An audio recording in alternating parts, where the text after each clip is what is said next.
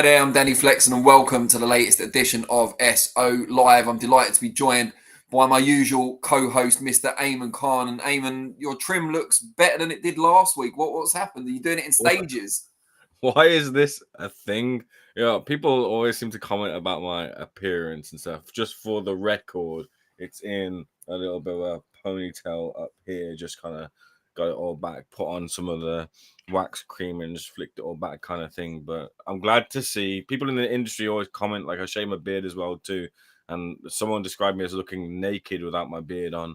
So thankfully it's growing back. And look, Danny, either way, I don't know if I'm lesser spotted these days with not appearing on SecondsOut Live, obviously being out in the field and such, but great to be in your company, albeit through the magic of the internet, but great to also be with the people in the chat as well too. So good to be on this edition of SecondsOut Live. Yeah, we've got quite a provocative topic to kick us off this week, and I'm sure the chat will be in its element. All I would ask, guys, we are unbiased, unvarnished. You can pretty much say what you want, but try not to do anything that will get us into any legal trouble. Some of the stuff Ryan Garcia came out with, and we'll talk about his motivations for doing so shortly.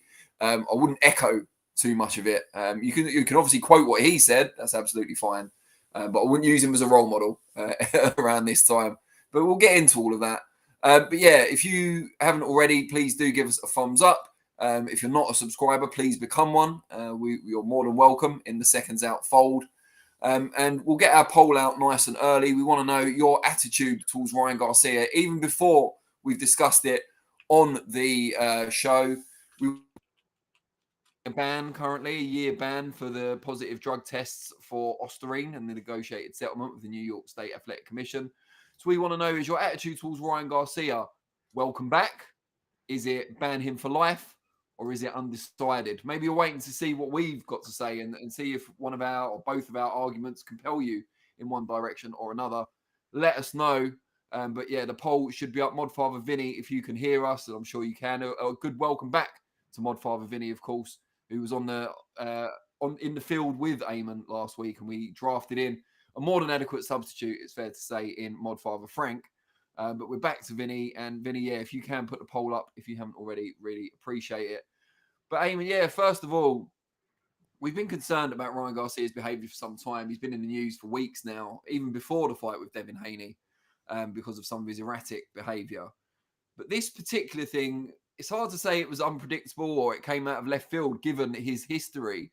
But I was still surprised to find that particular vein going through the Ryan Garcia news when it broke that he'd been on a Twitter space. He'd made racist remarks. I don't think there's any debate that the remarks themselves were racist. Whether you think Ryan is or not is something we'll get into. And then kind of compounded the error of judgment, is what I would call it, compounded it with a number of tweets that were later deleted.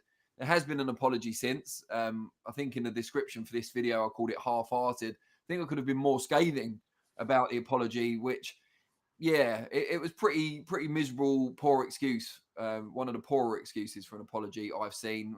Sort of apology that I've probably given out, although for far less heinous crimes. But Ayman, what was your first reaction when the news broke about Garcia's latest faux pas?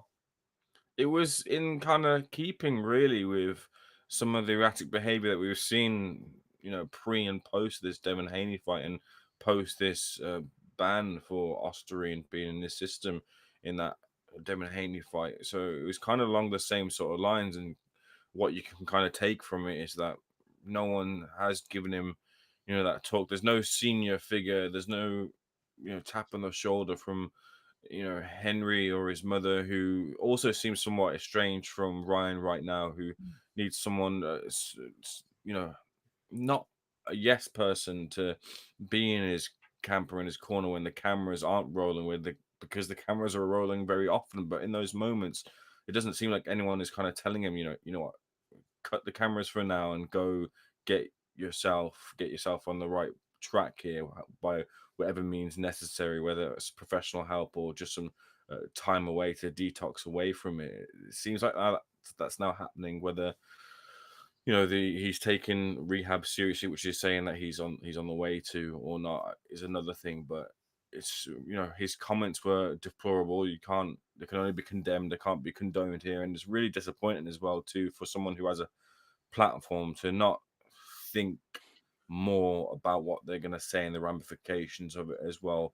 Ryan's, the word I'll use as defense here is his mental health, but mental health status. But the thing with that is, it's dangerous territory again for someone of his stature and influence to be able to use mental health as a shield or cloak for these types of acts. So he's really got to be responsible for, what his problems are. Even be honest with what the issues are, if you can. If you're such in the public light, say what it is, what the issue is, so we can sympathize more with what you've got and understand more, and then it becomes more of a an open issue, and we can relate to it a little bit more. So I know that obviously opens the door even wider, but it just allows more context for a situation where, when you look at it as it is, you can only turn against Ryan really for what he's saying. And I don't know where it kind of stops now, because he seems to go at different groups at different times, I guess. So eventually you end up turning everyone off, and then you have nowhere to turn to, and that's a position we don't want to get to with Ryan. I'm definitely someone who is on the long lines of, look, you can be forgiven, but your actions have to show that you're different, or you weren't that way so inclined. So for now, I think Ryan does have the opportunity, but I would like to give the forgiveness alongside seeing him get better. That's the main thing for me. Yeah, so we'll go to the chat, and I'll kind of give my views of the first part of them in a minute. But Ainsley Shan says he needs help, and these so-called friends should be getting him help. Michael Rowley, he definitely needs help. I feel sorry for him. Hope he gets better. I think it's possible. Young Jesus says Florida and Compton gang affiliates gave him the pass, but we all know the internet don't care about no passes, bro. Yeah, I mean, that's obviously referring to Ryan's use of the N-word and his excuse that, he'd been given the so-called pass to use that word by particular people in the African-American community. I'm not sure how valid any of that is. I'm not the most educated on that aspect of things. I'm sure the chat will. Elements of his apology that I felt leaned too much on his friendships with people of color also. Beautiful Golden Dragon, welcome back. He says, Grey Dad Guy and Capote should be leaders of the free world. If only. He also says, is Capote stealing Usyk's Cossack look? More comments on Ayman's hair, of course. DB Cooper 1. Congrats, Ayman, my old mucker. Only took you 30 years to figure out what to do with your barnet. 32. 32. Well, you probably didn't get much say in the matter when you were a baby. I've got to defend you on that one. Thunder Road says, damn, look at the title of this segment, Pulling No Punches. I was particularly proud of that one, I've got to say. Saying you are misunderstood is not grounds for any sincere apology, says Thunder Road. And I am inclined to agree with that, but I will talk about it a bit more in a minute. Vyacheslav Glazkov says, obviously Ryan should face punishment for the remarks, and these need to be in addition to his PED ban. Not a good look, though. His team boxing officials have done nothing while Ryan's been off his head the past few months. And we'll talk a little bit about Golden Boy specifically in a minute. We don't really get many interviews with Golden Boy fighters, so I'm not overly worried about pissing them off, I've got to say. Did Tyson Fury say equally offensive stuff, albeit to other demographics, and mental health was used to justify it? Not that I can remember. I can't recall Tyson Fury saying anything, certainly publicly or on camera, offensive to minorities. But again, I'm sure the chat will educate me if I'm wrong. But yeah, just going through the whole thing. So when I first saw that he'd made racist remarks, I suppose I wasn't overly surprised. A lot of his vitriol seems to be directed against Devin Haney, who is, of course, a person of colour. And it seemed like maybe at first, this is without knowing the actual remarks that he'd said, maybe he was, trolling to try and get under Haney's skin and that of his dad, Bill. And then I saw the actual remarks themselves, and they were just, not only were they deplorable and obviously racist, they just seemed completely bizarre as well. The comments about he was allowed to say the N-word and why. The George Floyd stuff was obviously the real bottom of the barrel stuff. For people that don't know, it's horrible to even repeat it, but I think it's fair that people know exactly what he said. He talks about joining the Ku Klux Klan, hence our segment title, and also about digging up George Floyd, the person of color infamously murdered by a New York policeman, Derek Chauvin. And said, yeah, we could dig him up so we can kill him all over again, which for anyone in America's African American community who's lived through that tragic chapter in centuries of oppression, it must be awful to have that brought back up again. To have, a famous guy, someone, a big influencer among a certain demographic with a massive following, infamously linked with Donald Trump as well, to come out with comments like that about what is hugely a negative part of America's history and recent history at that. Just awful, plumbing those depths, whether he's doing it to troll or he genuinely has those racist views in him. I don't think there's any excuse for it, and mental health certainly isn't, because I think that serves to belittle the people that are suffering genuinely from mental health out there. And I'm not saying Ryan's not, but I'm saying poor mental health can't be used to justify everything you say and the impact that it has on people. In this country, we have laws against, for example, inciting racial hatred. And for someone of Ryan's following and the platforms that he continues to enjoy, and you can judge people for giving him that platform also, and I do. There's a big issue there. I can't see inside Ryan Garcia's heart. None of us can. Only he knows how much he meant the comments he said, how much he did it for attention, how much perhaps it was a cry for help because of what he's going through. But someone mentioned about the people around him and the promoters and so on. At least 12 hours after the comments from Garcia became public, and we pointed this out on our video, our news breaking video about it, Golden Boy, his promoters, still had their pinned tweet as being Garcia standing over Devin Haney at the end of their fight, talking about how they proved everyone wrong. So they were still, in effect, celebrating Ryan Garcia. And this was at a time when, even given the time zone difference, someone really should have had their head screwed on, been aware of what was going on at Golden Boy, and changed that pinned tweet and put out a statement a lot quicker than they did. I know they've since condemned Garcia's comments, said that they're an open, broad church. They're there for people of any background, and also that, they're there to help him. They'll give him all the help he needs. But why has it taken this for Golden Boy to consider that and to say it publicly? He's needed help from a long time ago, before the Devin Haney fight, certainly after the failed drug test, and even more so after he started doing stand-up comedy, if you can call it that, and so on. He's needed help for a long time. Now, as Ayman pointed out, he's estranged from his parents. They've put out their own statement, which I think a lot of people would sympathise with. I think his dad tried to give a statement to a journalist, was it last week? And Ryan quickly shouted it down, said he was with his dad in person. None of it was true. So I've really sympathised with them as well, because they clearly want to help their son and they're being shut out. But for people that are in a position to help him, people that he will answer the phone to, like Golden Boy, who are his paymasters and who he had to pay back, $1 million of his purse from the Haney fight to after testing positive for Ostarine and getting sanctioned by the New York State Athletic Commission, they're the people in a position where they can help him. Why are they waiting? Why are they waiting for racist remarks to come out? Now it looks bad on them in the public eye, or worse than it already did. Now their arms are open, ready to offer him a consoling hug. It's ridiculous. If what he needs is mental health support or rehab or both, make sure he does it. I get that he's a grown man, but there's certain things that can be done, I'm sure, even under the American kind of convoluted legal system, where it can be taken out of his hands.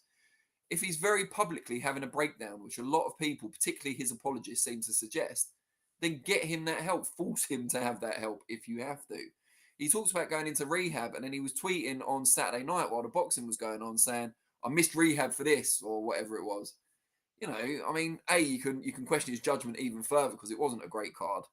But jokes aside, come on, you've got to be in rehab. You can't blame mental health struggles or alcohol, substance abuse, which I know he did in his apology, if we call it that, and then not do anything about it, because people lose sympathy, if they've even got any left at this point, very, very quickly. I didn't like the fact that in his apology, he talked about how he always had time for black people when he was coming up and when he was younger. A, it indicates that he doesn't have time for any of them now. But B, more importantly, he's trying to use that as an excuse. It always used to be the thing that people would mock when someone got outed for racism. Oh, some of my best friends are black. And that's the tone of Ryan Garcia's apology.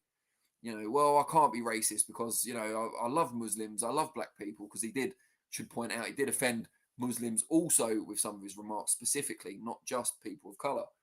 So I don't think his apology cuts it, not even close. I don't think mental health can be used as a coverall excuse or a panacea in this situation. And I do still have a small sliver of sympathy for him, because if he is struggling, and I think it'd be very hard to put on this facade for months in the public eye, although if anyone's used to being in the public eye, it's him.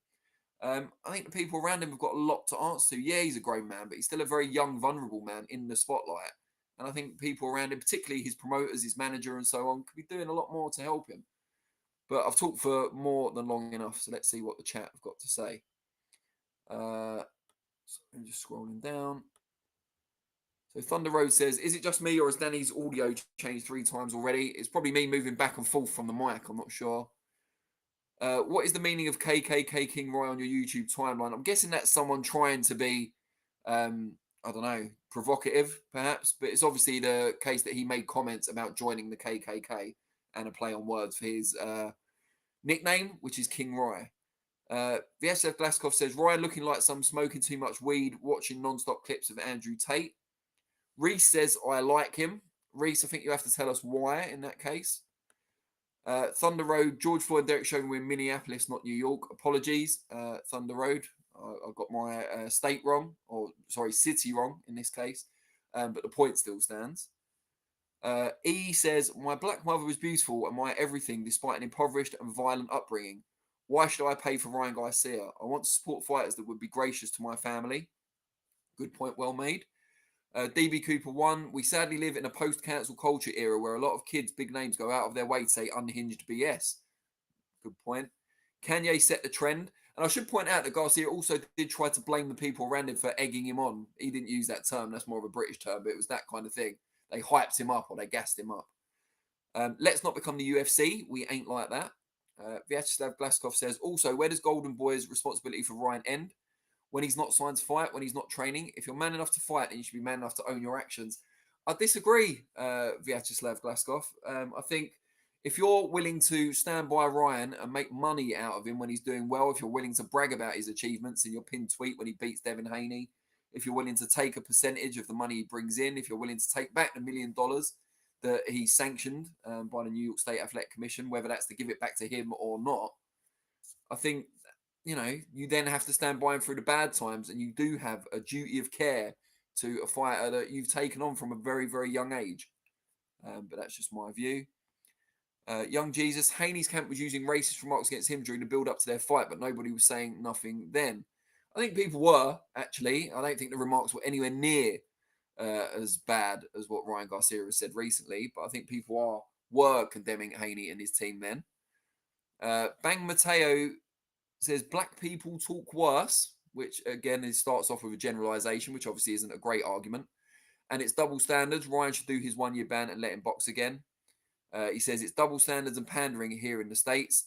And then he says some comments about George Floyd that I don't think are particularly relevant to this conversation. He's just retracted that. So maybe realise the error of his ways. Be careful, Bang Mateo. We don't like to ban anyone here, but you've got to be quite careful what you're saying at the moment.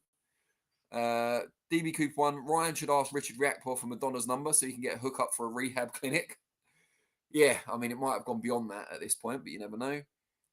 Floyd said horrific things about Manny Pacman and the Asian community. You might have to remind us exactly what he said, Bang Mateo. I remember a couple of comments. I wouldn't say they're as bad as what Ryan has just come out with. And again, he was widely condemned for those comments at the time. Ayman, what do you think the future holds now for Ryan Garcia, and how did the recent Ferrari affect that? Yeah, just to go on with some of the things you're saying, I appreciate your role here as Grey Dad Man, a very Grey Dad Man response in your take as well too. So I appreciate everything you said there, Danny. Yeah, just on Golden Boy, of course they've got a responsibility. At the end of the day, they're the one promoting his fight, selling his fight, selling the product to us. They've got to make sure that their guy isn't off the rail here, on the right path here. They can't just disconnect and then pick him back up when he's ready. At least I get it's business and it's cutthroat, but come on, have some compassion for for your fighter, your, if you want to call it business terms, your product. And at least from the statement, it seemed that Oscar De La Hoya, you condemned it and seemed to want to reach out. But this is a guy also who doesn't believe in, or at least didn't find the rehab system himself as a way for him to get back on the right path. So I'm not sure what Oscar can really advocate for himself personally, unless whatever other method Oscar used to get right. But even Oscar as well, as I'm speaking here, has had his on and off problems as well that have been put out on social media in recent months. So it's a difficult kind of situation. Maybe Oscar's not the best placed person to dish out that advice there. But look, for me, I'm very much someone who, look, having grown up and I'm not exactly adverse to racism or any stranger to it. I've had it in the past growing up, a lot less so in recent years for sure. They're having conversations actually. If we pivot into heavyweight talk, I remember we were speaking with Dubois' team and some of their members, and they said, look, racism for them, from what they experience, is a lot more indirect than what it used to be in the past. And I know that Ryan Garcia is a lot more direct with some of the stuff that he was saying last time on social media. But I feel, for me, like, you have to be able to allow people to grow in these sort of situations, and again, contextualizing it all and not using it as a crutch. But I do believe that, and this is points that we made on Seconds Out Live, that this is a guy, and we were deeply concerned for Ryan heading into the fight and saying, look, maybe he shouldn't be fighting at all. And that's funny now, because there are people involved in that fight, and I include Henry Garcia in this, that are saying that Ryan needs professional help now, but not when Ryan was about to go into that fight. Pushing him over the line so they can, and just being as direct as I can here, pushing over that line so they can get the paycheck and see him through that, crossing that finish there, and then deal with the consequences after. That shouldn't be the way. I spoke to Duke McKenzie earlier, it was a day or two ago, and he said, look, we've seen mental health problems in the ring and surface in the ring with Oliver McCall. Like, the last place you want to have mental health problems is in the ring. You need to get yourself sorted before you even think about getting in the ring. Now, thankfully, in a sort of weird way, Ryan Garcia can't contemplate about getting in the ring because he has a short ban, a ban that should be longer. But this is the time now for him to kind of really kind of work on himself, and that includes more importantly, the outside part of it, and his look and the way he speaks on things. I like to see Ryan not do the token ship as some as well too. I'm going to be direct as well here. KSI did some token ship when he the P word on one of his programs, and then went to a mosque the next day, and suddenly it was all fine or whatever. I want to see Ryan actually kind of, and from what it seems like from his statements and stuff, it is kind of hard to believe as well, because in boxing, especially someone like Ryan, you communicate, you interact with people with all sorts of walks of life. Boxing is one of the sports, like, unlike football as well. Like, football has a problem with access to the sport for people of the South Asian community, but boxing is not like that. Boxing is literally, if you're good enough, you win and you get those opportunities. So it is kind of hard to believe that, like, Ryan could be racist, but these comments point towards that direction. But look, if it's the case or not is irrelevant. He just needs to get that. Or sorry, is relevant, but he just needs to get that help, which is more relevant right now. And I want to see, and I want that to be public in some form, to have a statement of that, of what he's gone through and been through, both from Golden Boy, who have assisted, and Ryan, more importantly. Just to say as well, just a quick point on the chat. I'm seeing a lot of messages coming out and then getting retracted almost immediately because of typos or worries about controversial comments. You're right to try and get the comments right and not say anything crazy, just through rushing. But take your time. We do tend to read out most, if not all, the comments on each episode, so you don't need to rush those comments out. Be as thoughtful as you need to. We will still read out comments about Garcia once we've moved on to the next segment as well. So no need to rush. Young Jesus, Ryan deserves the second fight with Haney just to show everybody it wasn't the tainted supplements. I get your point, but rewarding a drug cheat and potential racist with another massive purse might not be the right message to send out beyond boxing. Glaskov, how long did WBC ban him for? Is this Ryan staying relevant during his year out? If he's not going to get added time, this keeps his name in the limelight without tangible repercussions. Very good point. So the WBC said they've expelled Ryan from any involvement with them, which I assumed would mean, you know, he won't be able to challenge for WBC titles. He won't be listed in the WBC rankings. There was no mention of how long that punishment would last. Although Ryan, in his responses that he was giving out around the same time he was talking about the boxing on Saturday night, seemed to find it funny and also indicated that it was a permanent ban, that he would never be allowed back in with the WBC. Warned them against approaching him or trying to work with him when he was back in the sun, if you like. So I'm not sure if that's true. We'd have to await a comment from the WBC about the exactly what an expulsion means in this context. But Ryan seems to think he's out forever with that particular organisation. The Keggy says, stop making Ryan out to be a victim. What he said is so far beyond what you can even call controversial. This was just hateful and dangerous comments. Completely agree. Keggy. DB Cooper 1 says, Ryan is too far gone. You can try fixes to mental health. What you can't rehab is a clout chaser with a big Twitter account. I've got a feeling we've seen famous people come back from worse than this. That doesn't mean it's right, but I think in the society we're in today, where social media is a huge part of everyday life for most people, at the risk of sounding more like Grey Dad Guy than ever, I think there is a way back for him, but we need to see some kind of genuine contrition, some sincerity, and I don't think we've seen that so far. Remember Hulk Hogan, Danny? Or just generally, or yeah, no, I know what you mean.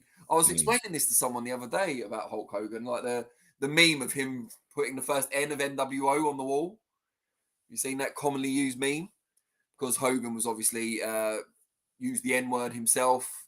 And it was a long time before he was accepted back into the wrestling community, particularly by WWE, who are, you know, a massive corporate brand, were listed on the stock market at the time, and, you know, didn't want to be associated with someone who had quite clearly, and you know, there was no kind of way he could make an excuse for it, made racist remarks. But eventually he was allowed back in. Although I'd say Hogan had built up a lot more kind of collateral, positive reputation before the deplorable thing he did than Ryan has at this point. But I'm not just sticking with him because he's another kind of grey dad guy. Well, I don't know if he's even grey now. I think he still bleaches it, doesn't he? Vyacheslav Glaskov never understood that if mental health needs to be considered, why people behave like they do, example, Ryan and Fury. Should they be in the ring fighting, taking punches to the head? I mean, that's a whole other episode, I think, that we could discuss that. But yeah, Young Jesus, stop bashing Ryan. He's misguided, yes, but you can't just drag him for internet gags, bruv. Sorry, all due respect, bruv, which is very ungrade dad guy of me. But yeah, I mean, I think it goes beyond simple internet gags where you're bringing up the murder of a person of color that provoked massive ructions in that community and beyond in the US. If that's the sort of thing you're going to use for gags, then I think you need to rethink your comedy style. And I think Ryan, if his appearance at the comedy club was anything to go by, is a natural comic. I think it's fair to say. The Keggy says, also, drinking drugs does not make you say those type of comments. It just stops the filter most people have. So these are his actual thoughts. Yeah, I don't buy the substance abuse excuse. Try saying that 5 times fast. I'm not going to. But yeah, I don't buy that for 1 second. That doesn't mean he wasn't on drugs when he said it. But I agree that usually it just lowers your inhibitions rather than makes you say things you wouldn't normally say at all. It makes you say things you guard against saying, perhaps. But that's not the same thing. Mastermind 96 says Ryan never loved black people. I mean, I couldn't possibly say one way or the other. Young Jesus said he made a music video in Florida with gang affiliates that were black. Stop lying on Ryan's name.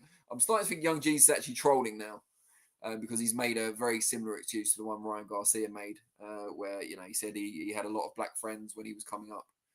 Or I'm paraphrasing, but that was the general point. The Keggy also, even after those racist remarks, he carried on Twitter saying some dodgy things and making things worse. That is true. Tony says, will the WBC stay consistent and expel Shakur Stevenson for his racist tweets? Tony, again, as we've said with other people, you'll have to let us know exactly what Shakur said. I hope there's a source or proof for this as well. And, you know, then we can all judge whether we feel it's as bad or worse than the things Ryan said and was proved to have said. Big Boy Garms says Ryan is bored like Kanye. He says provocative things to get people talking. Sometimes people go too far and need a nudge back. Yeah, I mean, I think he needs several nudges back, or maybe a nudge all the way to rehab in his case, but we shall see. And I think that's it from the chat at the moment. So I guess just to round off this segment, I think for the most part, chat, you've done yourselves proud. I think you've mostly kept it pretty clean and with some very thoughtful sentiments as well on kind of several sides of the debate here. But Eamon, what would you like to see happen over the next kind of 6 months to a year while Garcia serves his ban for him to come back in a year's time? Are there certain boxes you would like him to have ticked by that point, or would you like to see a certain amount of personal growth? What would you like to see happen with him over the next 12 months? Yeah, it's a difficult kind of situation. I think it needs to be some form of education in the harm that someone of his stature, someone of his influence and reach can do by speaking the way he speaking derogatorily towards multiple minorities, the way he hurt people. They're not gags, they're not jokes. These things have ramifications. These things are disappointing. I'm one of those people. Not to make it about myself. That was disappointed in seeing those comments. I feel like with those things, you give people the opportunity to come back and learn, and then they show that through those actions. So I think he should be allowed an opportunity to grow from it, but you need to get yourself right. So I want to see this guy, if it's substance abuse that he's saying, then please go get yourself checked into rehab and take that rehab course seriously. If it's a problem or a lack of understanding of compassionate towards your neighbor, as it were, then get yourself educated as to where your neighbors are from. Really kind of immerse yourself in those cultures and understand different people and why those jokes would be hurtful to other people. This is where, like, I don't know what they have in the US, but in the UK, just for example, like with football, you have like kick it out, or you have like initiatives right now that are happening to really kind of make things inclusive for you know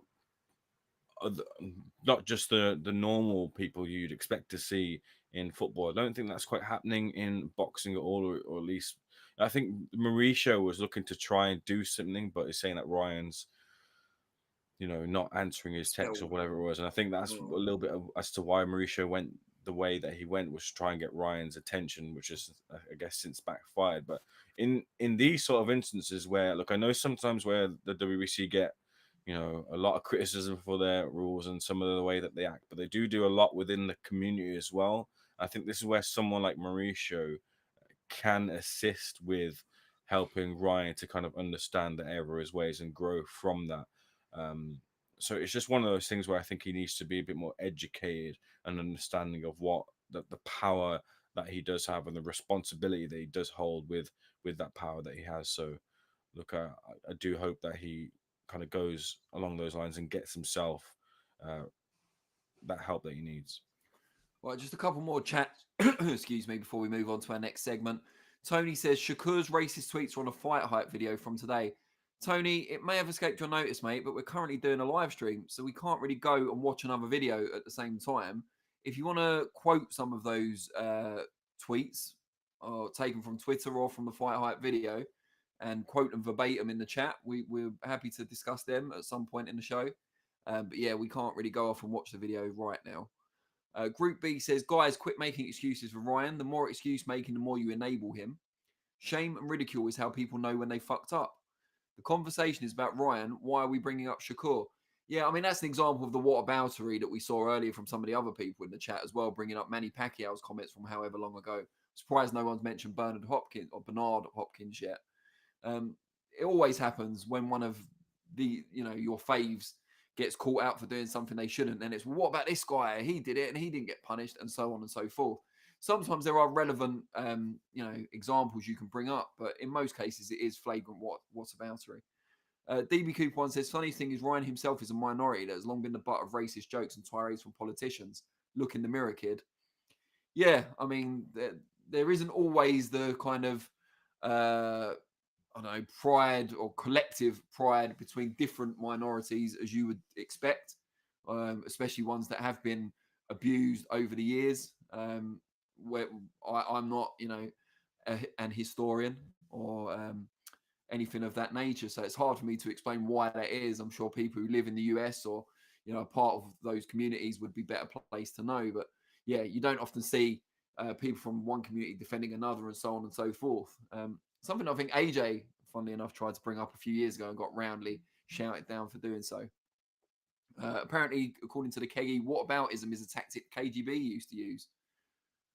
So yeah, we could talk about this all episode, but I think it's time to move on to our second segment. But just to remind people, you are watching SO Live, and we appreciate you doing so. If you haven't already, please do give us a thumbs up. That, but he's sadly flagging in his duties here. If you're not a subscriber, please do become one. We welcome everyone here. And yeah, stick with us. We'll be here for at least another half an hour, I would imagine.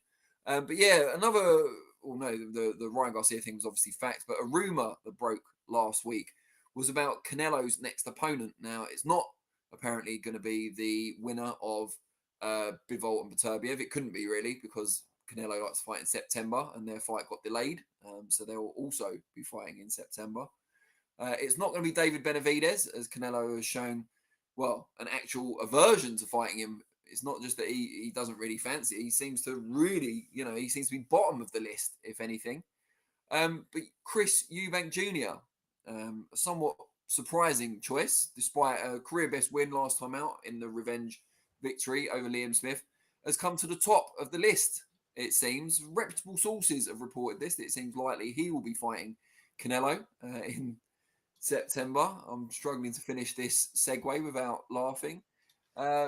And that's no disrespect to Eubank Jr. He's a very accomplished fighter, but seems levels below Canelo and the people that we've wanted Canelo to fight as well.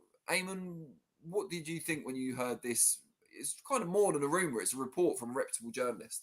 Yeah, it's always Chris Eubank Jr.'s career is so kind of strange and mysterious as to the way he operates, some of the decisions he makes, some of the opportunities he gets, some of the direction he takes with not wanting to win a legitimate world title and looking for those big nights, those big stages that he feels he deserves much.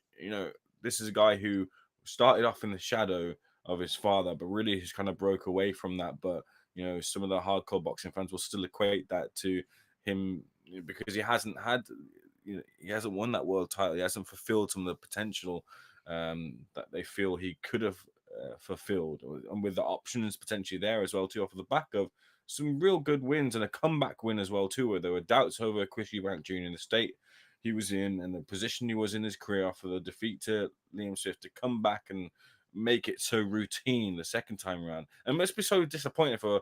I remember speaking to Liam Williams, I said, when you lose to a fighter, you want to see them do well, right? You want to see them make something of that win. And he was like, yeah, it kind of extra pisses me off because he hasn't done anything with that. He takes these long lulls out of his career to do whatever he does. I know he likes poker, and he's been pictured, hasn't he, playing poker with Neymar and Ryan Garcia as well.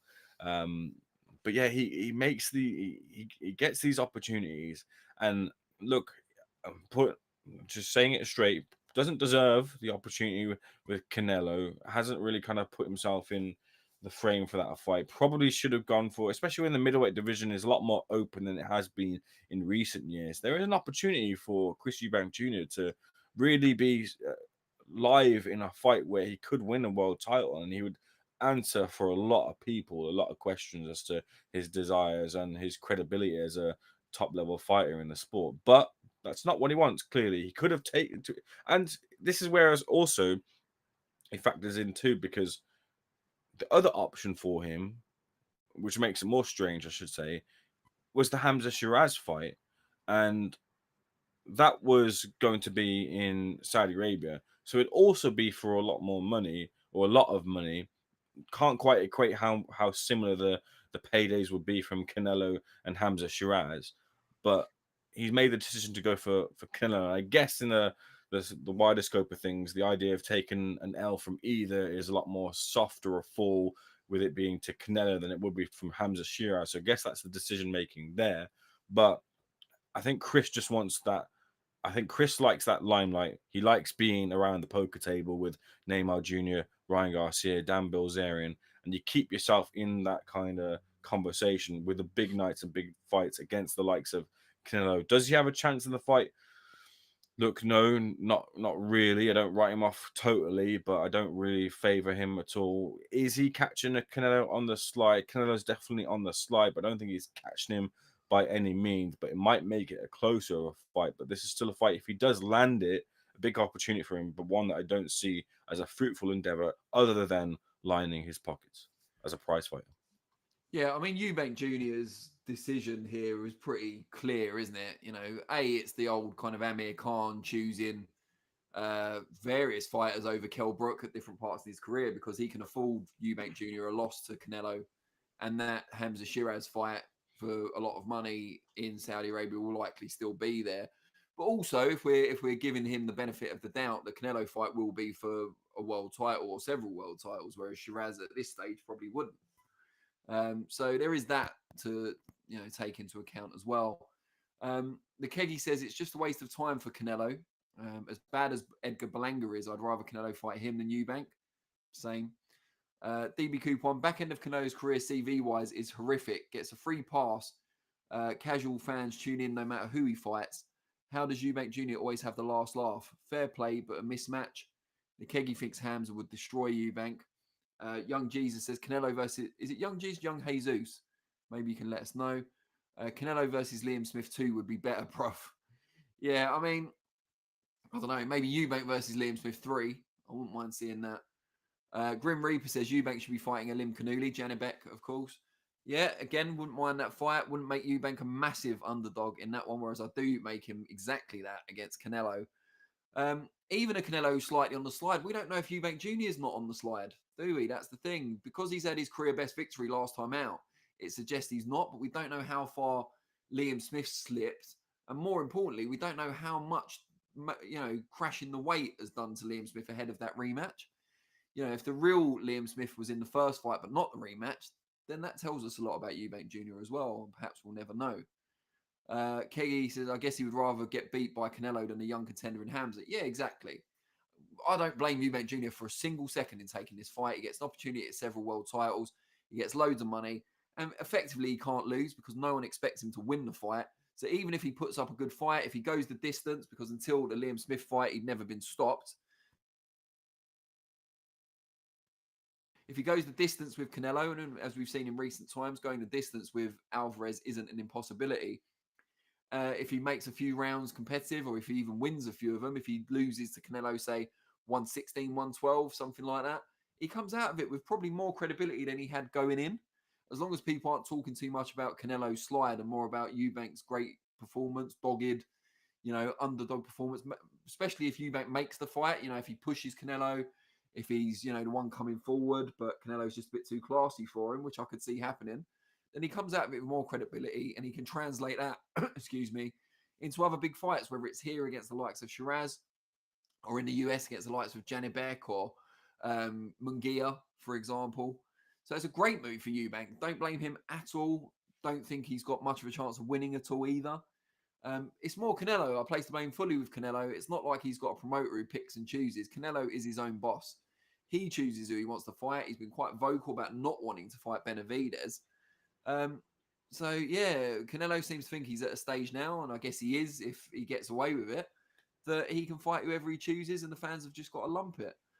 I would like to see one of the best fighters of my generation and one of the best fighters pound for pound in the world today test himself a bit more, very much so. And yeah, there's not a lot of options aside from Benavidez, who a lot of us would like to see him fight. But what about a Janibek? What about Edgar Berlanga? There's a few out there who have got more to offer in that regard than Eubank. I know Eubank's a relatively big name, particularly in the UK. I'm not sure how big a name he is in the US, which is where the fight will take place. Yeah, I mean, it's not a fight I'm in favour of particularly. I mean, Ayman, we talk about like 50-50 fights. What would you say this one is? Yeah, definitely not a 50-50 fight. Probably an 80-20 fight, if I'm being courteous and polite to Chris Eubank Jr. But Yeah, the other thing, though, is outside of Benavidez there, well, no, even because Belanga brings up Puerto Rico versus Mexico aspect to it. yeah, But just in terms of like the press conference and the cell kind of thing, Chris Eubank Jr. does have, I think the kids these days are saying aura about people. Chris Eubank Jr. definitely does have an aura about him. For me, he sells a fight. Like whenever Chris Eubank Jr. is on, and look, he's not like his father, but he has his own level of charisma and his way of speaking that draws me in to want to watch Chris Eubank Jr. for the level of talent that he has and the way he's been able to promote. I think he's absolutely like clocked this boxing game completely. He's as Eddie Hearn would say, he's swum the channel and come back and really kind of ran with it here. But and that's what kind of over, I think, more so from a British perspective, that's what kind of makes me want to see that over Belanga. And Belanga's record for me, it's lacking those real big wins, those real big names to really kind of set up that Canelo Alvarez fight. The fight that Canelo Alvarez should be taking, it goes without saying here, but I'll say it anyway. It should be David Benavidez. But the problem is, with the wealth over in Saudi Arabia and the want from Turkey Al Sheikh to make that fight, and the want of Hearn and whatever to make that fight, Canelo Alvarez, they can't drag him into the ring and get him to fight Benavidez right now. So that's out the window. So what else really is there what about for? Crawford? That went quiet quite quickly. Was that never a possibility? Because I don't think Crawford will beat him, but I'd rather see Crawford than Eubank. I wouldn't make it 80-20. Yeah, no, I get what you're saying. I don't think that's, although it's gone quiet on that front, I don't think that it's gone quiet on that fight. I think that's definitely a fight that the Saudi Arabians want to make. I just don't think, I think that they probably want to have Canelo over in Saudi as a first fight and then lead into that Crawford fight afterwards. But I'm not sure. Like, I mean, Crawford's still got business to attend to with getting up to that weight. So I think that's probably the reason for the wait for that fight being immediate as opposed to a little bit of time taken. So we'll see. And look, that Madrimov fight is a real tough fight, a real good fight for Crawford to have coming off the back of the Errol Spence win. So a lot to be determined yet for Terrence. But outside of that, like, you know, the options there for something big, the options there for something entertaining. I don't think we're really there. So that's where Chris Eubank Jr. steps in and sells. And Canelo can see this as look another big payday with not a lot of risk attached to it. I think Canelo kind of understands as well too where he is in the game, where his level is, that he isn't at his peak anymore. So doesn't want to lose. And if he's going to lose or have that real life fight, then it's got to be of someone who's worthy of passing the battle, taking the baton from him, and it's got to be for a lot of money as well too. I'm glad to see that in the chat, Young Jesus has clarified that that is how it's pronounced rather than Jesus. So I apologise for getting it wrong about 20 times before that. And he also says, seeing how Canelo dropped Jaime Munguia with only a 3-punch combo, Chris don't stand a chance. Yeah, I mean, I don't think the Canelo decline has been quite as pronounced as a lot of people have made out.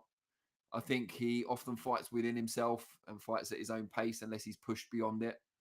And, you know, maybe if we get the Chris Eubank Jr. of old, he will push Canelo to a higher level.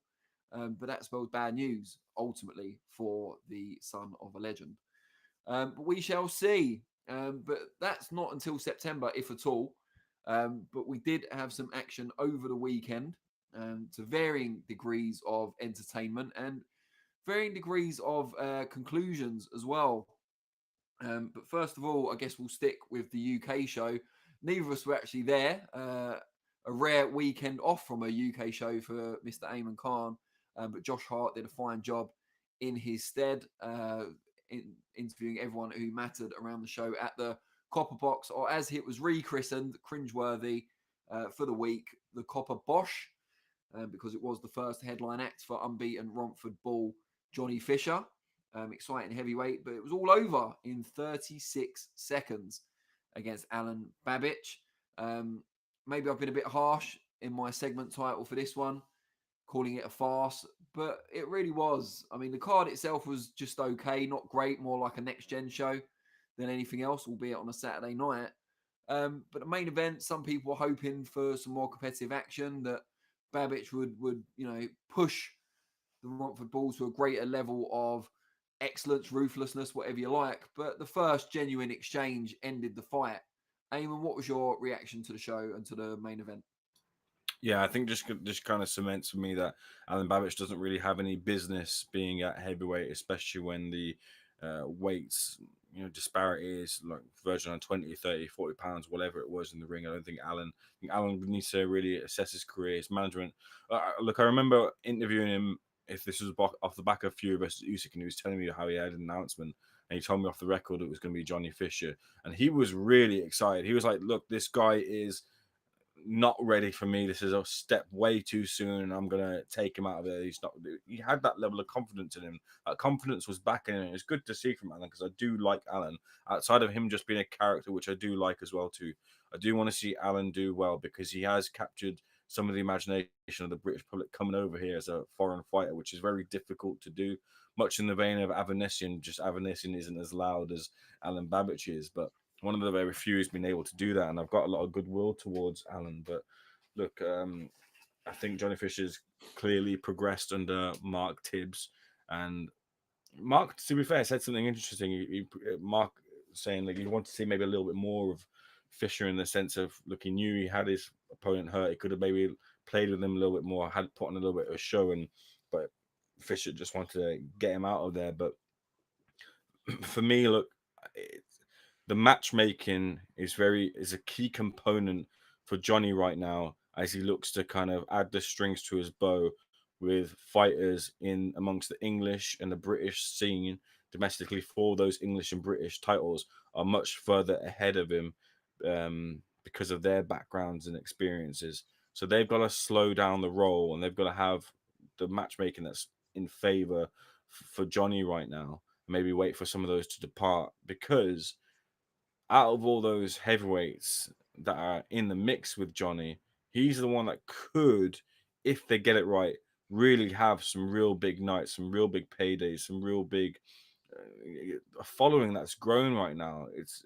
genuinely astonishing what Johnny's been able to do, because you don't really get that all too often in the scene. It's kind of died out a little bit, but you had Ricky Hatton, you had Josh Warrington, Lee Woods building like a bit of a following, but it's not to the levels of what Johnny's bringing right now, and that can only grow. And I think Eddie and the Matchroom team see that, and also see the pitfall surrounding Johnny's career moving forward with the matchmaking. That if they get it wrong, then they really kill that golden goose right now.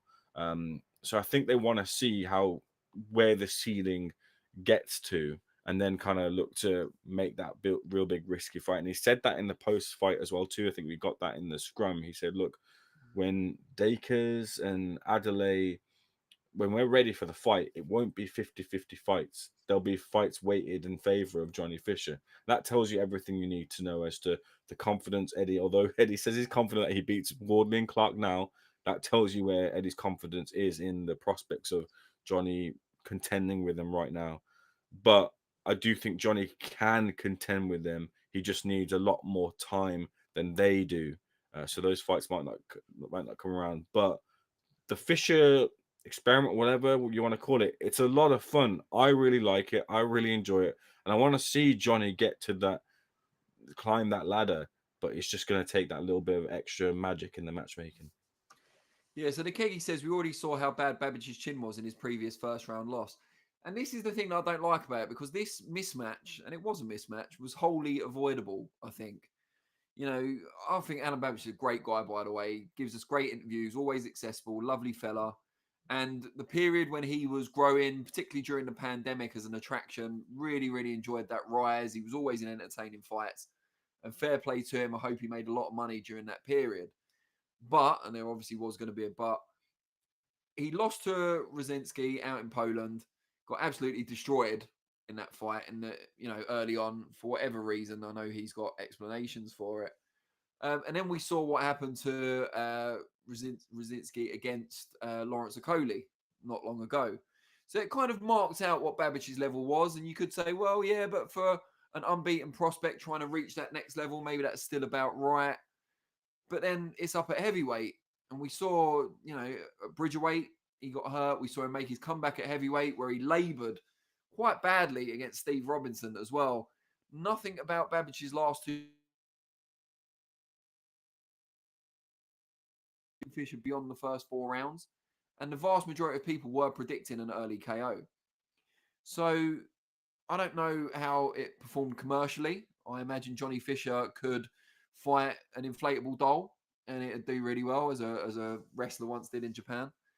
But yeah, it's not the sort of fight I like to see. I don't see. Not only is it bad from a boxing fan's perspective, but what does Fisher learn from a fight like that? He learns nothing. He hasn't learned to not wade in early on and throw big combinations or big shots and load up, because he did that and it worked. So if anything, it will reinforce bad habits, not promote good ones. Just not a palatable fight. Stayed up not late. I mean, late for me. I'm a great dad guy, but to watch a fight that was over in 36 seconds and offered no real redeeming value beyond maybe increasing Fisher's profile a little bit more. I understand they don't want to match him against fighters that are likely to beat him. Matchmaking's always been, a balancing act. But, and I realise there's a dearth of, and Fraser Clark's mentioned this before, we were talking about off air, of kind of modern heavyweight journeymen who can give prospects rounds. But we've seen Moses Itaumba's going in with Marius Vac in his next fight. That would have been an ideal opponent for Fisher here. Someone he can tee off against, but will stand up to his shots at least until the second half of the fight, if not the full distance. A well-known name, a barometer, a measuring stick against other top heavyweights out there. Now, yeah, Itaumba got in there first, but I'm sure Marius Vac isn't the only opponent who fits that bill. Someone durable, big name, can last a bit longer, and most importantly, still beatable. Not going to threaten the upset too heavily. Babic wasn't the one, and I don't. Johnny Fisher's rise has been great, as Ayman said, and I'm not sure how many of these type of fights in a row it can stand. Because we don't want to see him fade as an attraction. You've got to safeguard that at the same time as him learning as he goes. And this fight didn't seem to do either of those two objectives. Danny, let me just jump in there, just from the Babic perspective. Like, Babic's team aren't jokers as well. Like, they have the responsibility here. So not that you see like you're putting on Eddie's shoulders or anything, but just from their point of view, like they really fancied this fight. And what you got, like, so Pascal Collins, you got Dylan White in there, you got is it Mike Magic Hands as well too. These are people that have got real skin in the game. They're not chances in the game here. So maybe the responsibility just falls on Babic for, the riches are higher up at the heavyweight division, especially when you climb the ladder in the lower end of the ladder, although Babic has been higher, although be it a bridgeweight, but I don't think these have been, big bucks, mega money type of fights. So they have the responsibility there as well too, to really kind of scope this out and see what the prospects are. Just on the point of like and just to stress as well, but you made the point as well about Fraser Clark said, it's difficult because like I think maybe they were talking about potentially a while back, was it Johnny Fisher versus Chris Lovejoy? Lovejoy's been a bit suspect in his fights, excuse me, in the way that the fights are finished. Richard Lartey is someone that they use as well. Again, suspect in the way some of the fights are finished. Look at the way Wardley dispatched him, really kind of just fell strangely. Sokolowski was used as well, whether he has a drugs ban now, but whether Fisher would have been ready for a Sokolowski test where some have come a cropper is another question to ask. Maybe wouldn't be too early for that. Like, Razvan Kajanu, who've been used as well too. I don't think they're still around anymore, but it is real difficult to get that matchmaking right. And they're talking about the matchmaking now being Dave Allen, and not really a fight I want to see between the two. Just to jump in there, because we talked about this off camera. So Matchroom put up the conversation between Johnny Fisher and Dave Allen discussing a potential fight between them from, I think it's from an Instagram live or something like that. And they put it up on Twitter, and pretty much every comment, like 99% of the comments were negative. People saying they don't want to see the fight, people telling Allen to retire, people saying Fisher wins easy, etc. That's not the road to go down. How many, if we see him blast out Babic, then blast out Dave Allen. I'm not saying that definitely happened, but if we do, and then a third one after that, are people going to start to get tired of the Johnny Fisher show? Sorry, I was just on mute there. I don't think they are. Not at least the his core audience. I think they love like the day out and the. I think the key here for Johnny, which gives him more rope to kind of travel down here, is to kind of get him out to different areas, which they have done. I think he's boxing Manchester, Sheffield, I think Liverpool as well too. As long as they keep kind of going to different areas and building them up, and they're talking about taking him to Australia and things, and doesn't have to have a serious fight over in Australia. But as long as there's people that he can sell himself to, that gives him more time to buy to catch up to the other fighters in the division. So I think he's very unique with his following, which means he can really kind of cash that in for more time to buy to get that experience and catch up to his other heavyweight rivals. So I think there's still a few more, and I genuinely think it's the right way. Although it might annoy the hardcore, I think he's got room to play with here. All right, well, let's just go to the chat before we move on. DB Cooper one says, Babic has no business being a heavyweight. He's a cruiser. The card was awful. Fisher needs to follow the British-European route, not the Conor Benn versus international bin men route. Grim Reaper says, might as well do Chisora versus Babic to help Dell get to the 50 fights he wants. The Fish Dog says, Ryan Garcia, presumably. Charlie Sheen heading to the 27 club. Thunder Road says, Alen Babic basically turned out to be a Croatian Tom Little, but in this case, he is ridden being associated with Dillian White as far as it will take him. DB Cooper 1, I want Moses Talma versus Johnny Fisher or nothing at all. I don't think that's a good fight for Johnny Fisher at all at this stage or any stage, potentially. If Hearn promoted Talma, he'd be pressuring Fisher into the fight like he did to Adam Mazine versus Dalton Smith. Yeah, of course he would, because he'd know that he has probably the favourite going into the fight. And there's no disrespect to Fisher. But in a limited amount I've seen of his Talma as an amateur and as a pro, he looks like he could be something special. Big Boy Garms, yawn emoji, call me when Fisher is actually in a fight. The Keggy, Vac is a great opponent for Italma. Couldn't agree more. Vyacheslav Glaskov, is Fisher enough of a world-level prospect to be ready for Jalalov at the moment? Is that a joke? Oh, my God. No, absolutely not. Do you hate Johnny Fisher? No. I mean, Jalalov's...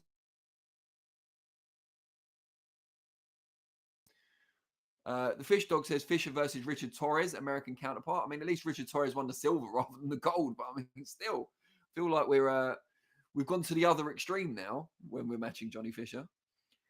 Michelle says Fisher is just a big boy with no timing and skills. Joke, he's got no chance at heavyweight. I think that's a bit overly harsh, but I think to get him where he needs to be, particularly with the relative lack of amateur experience compared to some of his contemporaries, he needs the right fights. And I don't think that means blowovers every time. That helps him as an attraction, perhaps, but not as a boxer. Thunder Road, I put Johnny Fisher in the Ben Whittaker mold. People are interested in seeing who he will step up against, but Matchroom will milk it as long as they can.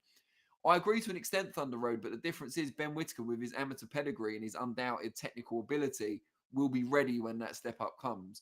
If Johnny Fisher keeps on fighting people that he blows out early, doesn't get the rounds in competitive action rather than just in sparring, I'm not sure he will be. That's the concern. John Wick says, Alan was entertaining while it lasted. What, for 36 seconds? 36 seconds of entertainment. Even my missus would expect a bit more than that. Maybe, on a good night. I can't see him in more than one fight, though. Yeah, I mean, that's the thing. And I don't blame Babic. I don't blame him for being confident. I don't blame him for taking the fight. I don't blame him for talking a good game. I don't think it's good matchmaking, and I don't think it does Fisher or boxing generally any favours.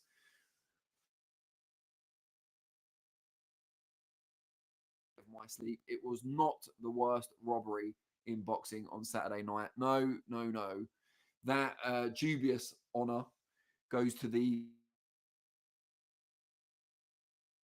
we said, albeit overjoyed eventually, Robson, Conceicao, a winner on points over Oshaki Foster, and a world champion at the fourth time of asking, which is would be a really great kind of sentimental story if if the judges didn't have to completely rob the other fighter in the process. It was an absolutely awful decision. And I only watched the fight the next day, so I saw all the complaints about it. I know, just to point out again, British referee and judge Mark Lyson was not a judge for the fight, although he was announced as doing 115, 113 score in Conceicao's favour. The judges' scorecards actually don't list Lyson. He was incorrectly announced as a judge in that fight, so don't give him ultimate result. But yeah, so I saw it and I thought, well, maybe it was a close fight and people just, it depends what you like. One of those, you've got the aggressor against the slick boxer. And then I watched the fight and I think I had it 9 rounds to 3 to Oshaki Foster. So what, 117, 111, if my maths are correct. And I could just about see a 116, 112, 8-4 in his favour. Anything closer than that, and I'd start wondering about the competency of the judges, never mind anything more kind of nefarious or insidious. And then I saw that two of the judges gave the fight to Conceicao. That's the first problem. But one of them by 116, 112, which means you're giving Conceicao 8 rounds in a fight where he did not dominate a single round. He did not win a single round beyond doubt. And very few, you could even make a case for him winning. And you've given him 8 of the 12 rounds. It was an absolutely abominable, and I've seen my fair share over the years of awful decisions, both in the UK and elsewhere. But this one was a real stinker. Now, you fall into a mindset as a boxing fan, because I felt myself doing it when I watched the fight, thinking Foster should be doing more. Because he was constantly making Conceicao miss, hit arms and gloves, and not countering every time when he could have. And he could have made him pay a lot more. Even Tim Bradley was saying that on commentary, even though he had Foster in a healthy lead. So I kind of fell into the trap of saying, if he loses this, I already knew he'd lost because I knew the result before watching it. I thought, well, maybe he's only got himself to blame. And then I had to have a word with myself, say, do you know what? It doesn't matter. It doesn't, what is it? The great quote from Fast and the Furious, doesn't matter whether you win by an inch or a mile, winning's winning. And it really is, he was doing more than enough to win the vast majority of the rounds. And Foster he didn't even look devastated when the loss came. It's just kind of a wry shake of the head, like, they've robbed me. I get it.